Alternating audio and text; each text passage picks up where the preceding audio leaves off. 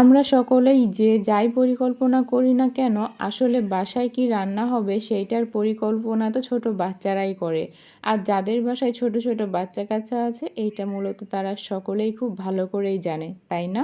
আসসালামু আলাইকুম এভরিওয়ান, কি অবস্থা সকলের? আশা করি সকলে খুব ভালো আছেন। আলহামদুলিল্লাহ আমি আমার পরিবার পরিজন নিয়ে আপনাদের সকলের দোয়া ও শুভকামনায় খুব ভালো আছি।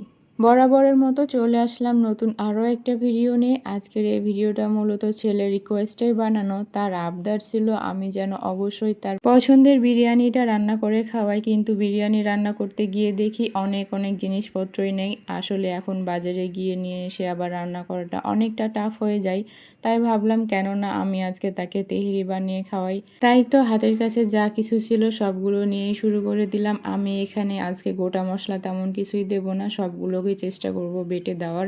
এই জন্যে গোটা মশলাগুলো আমি ভালো করে টেলে নিয়েছি অল্প তেল দিয়ে। তারপর এখানে আমি বাকি মশলাগুলো মানে তেল আর পেঁয়াজ ভালো করে ভেজে সেখানে একটু দারুচিনি আর তেজপাতা দিয়ে আর একটু ভেজে নিয়ে সেখানে মাংস দিয়ে দিলাম। তারপর ভালো করে কষিয়ে নিলাম। এখন হয়তো বা অনেকেই বলতে পারেন আমি কেন গোটা মশলা বেটে দিব বলেও তারপরও তেজপাতা আর দারুচিনিটা আমি গোটা দিলাম। আসলে এ দুইটা সহজে উঠিয়ে ফেলা যায়, বাট বাকি মশলাগুলো সহজে ফালানো যায় না। আর যেহেতু এটা বাচ্চারা খাবে তাই তাদের কথা মাথায় রেখে আমি বাকি ছোট ছোট মশলাগুলো সবগুলো প্রায় বেটে দেওয়ার চেষ্টাই করেছি। আর তারপর আমি মাংসটা ভালো করে কষিয়ে সেদ্ধ হওয়ার জন্য ঢাকনা দিয়ে ঢেকে এটা বেশ কিছুক্ষণ রান্না করে নেব। আর এর মধ্যে কয়েকবার ঢাকনা তুলে আমি জাস্ট নেড়ে দেবো যেন সেটা তলানি থেকে লেগে না আসে।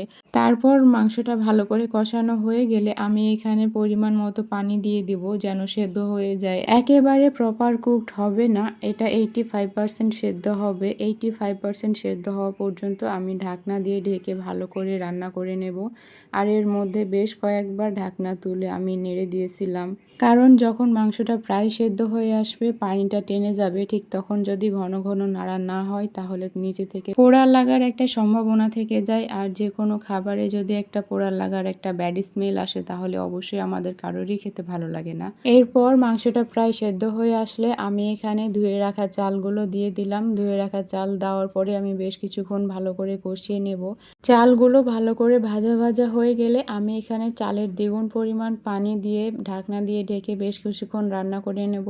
আর কিছুক্ষণ রান্না করার পর যখন অর্ধেক রান্না হয়ে আসবে ঠিক তখনই আমি ঢাকনা তুলে সেখানে 1 টেবিল চামচ মতো ঘি দিয়ে আবারও ঢেকে আমি বেশ কিছুক্ষণ রান্না করে নেব। এরপর পানিটা যখন একদম চালের গায়ে গায়ে লেগে আসবে ঠিক তখনই চুলায় আমি একটা তাওয়া বসিয়ে ভালো করে গরম করে চুলার আঁচটা একেবারে লোতে রেখে আমি তেহেরির পাতিলটা বসিয়ে দিব। এরপর 20 থেকে 25 মিনিট মতো এটা অল্প আছে একদম দমে দিয়ে রান্না করে নেব। আজকে এ পর্যন্ত, দেখা হচ্ছে পরের ভিডিওতে। টাটা।